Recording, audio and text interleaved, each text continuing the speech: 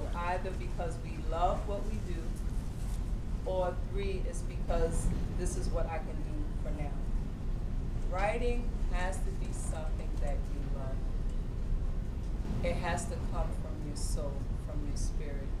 It's different from being a bus driver or working in the post office.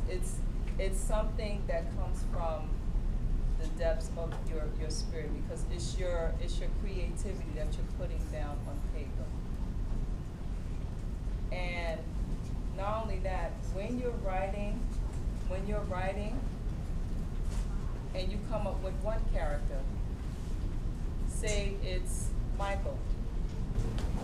Who is Michael? What do I want Michael to be? What do I want him to be about? What do I want other people to? And then you got the person, you got who he is, but now you got to put a whole world around Michael. And that takes a lot of thought. It takes a lot of creativity, especially when you're writing fiction.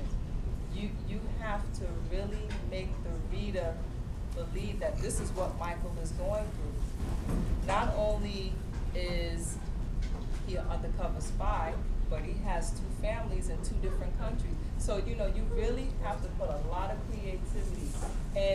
And sometimes it's not always easy.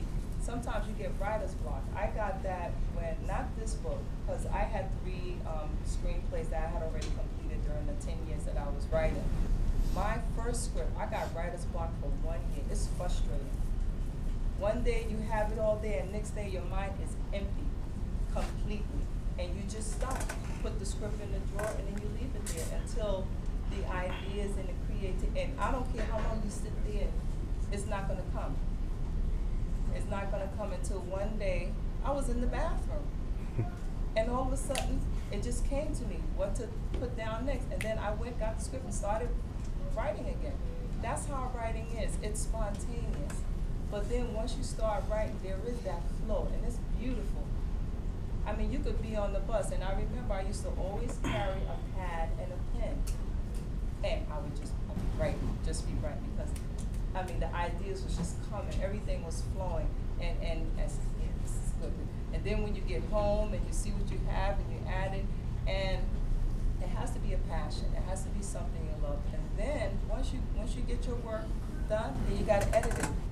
I remember when I was editing my first script, you actually go back, oh, I don't like the way that's written. You cross it out, you put something else that actually makes it sound better to the reader, and not just to the reader, but to yourself, because again, you're the person that's putting it out there, so you have to be satisfied with what you write. And then once you're done, there's the whole process. I'm a self-publisher. You're not a self-publisher. God bless her. She's a self-publisher. My motto is self-publishers don't get respect, but we work just as hard as anybody who's represented.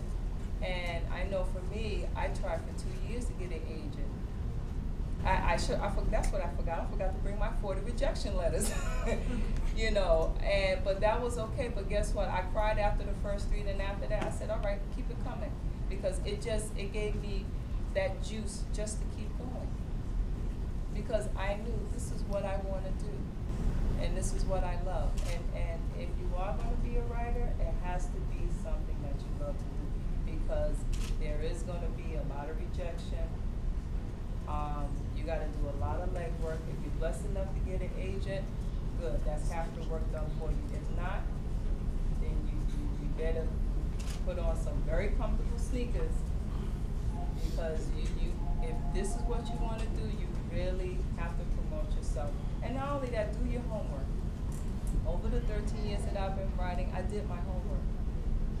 And it's important, because when you present yourself, you want your work to be respected. That's what it's about, your work being respected. It's not just anybody going to a store, picking up my book and read it, but then when they meet me, they can understand my passion for what I put into the book. So that's why I think that it's very important. You have to have passion. I didn't know if you wanted to